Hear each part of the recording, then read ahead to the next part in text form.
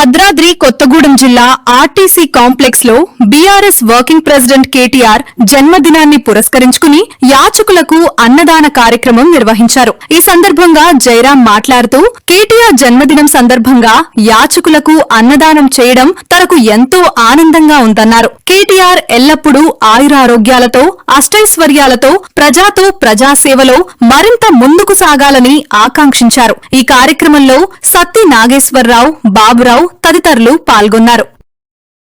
నమస్కారం అండి. నా పేరు జయరాం నాయక్, బీఆర్ఎస్ పార్టీ భద్రాద్రి కొత్తగూడెం జిల్లా.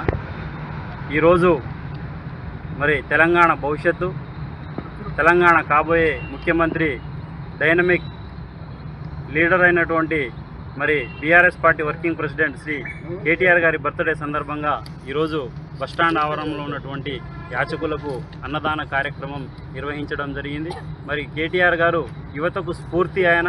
అలాంటి గొప్ప నాయకులు భవిష్యత్తులో మున్ముందు ఇంకా వారు రాజకీయాల్లో ఇంకా ఎక్కువ రోజులు మరి ఇలానే కొనసాగాలని, వారి యొక్క నాయకత్వం అందరికీ అవసరమని ఈ సందర్భంగా తెలియజేసుకుంటూ మరి భగవంతుడు వారికి ఆయురారోగ్యాలను, అష్టైశ్వర్యాలను, మరి సుఖ సంతోషాలతో నిండు నూరులు జీవించే విధంగా మరి ఆశీస్సులు అందజేయాలని చెప్పి ఈ సందర్భంగా తెలియజేస్తూ నమస్తే అండి.